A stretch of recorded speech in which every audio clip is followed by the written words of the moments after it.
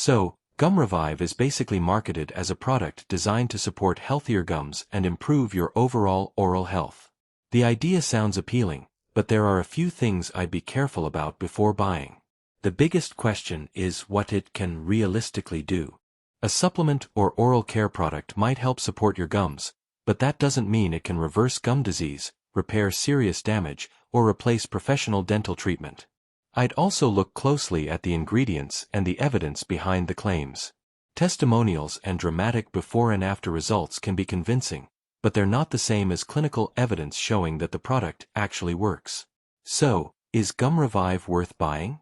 It could potentially be useful as part of a broader oral care routine, but I wouldn't expect it to solve serious dental problems on its own.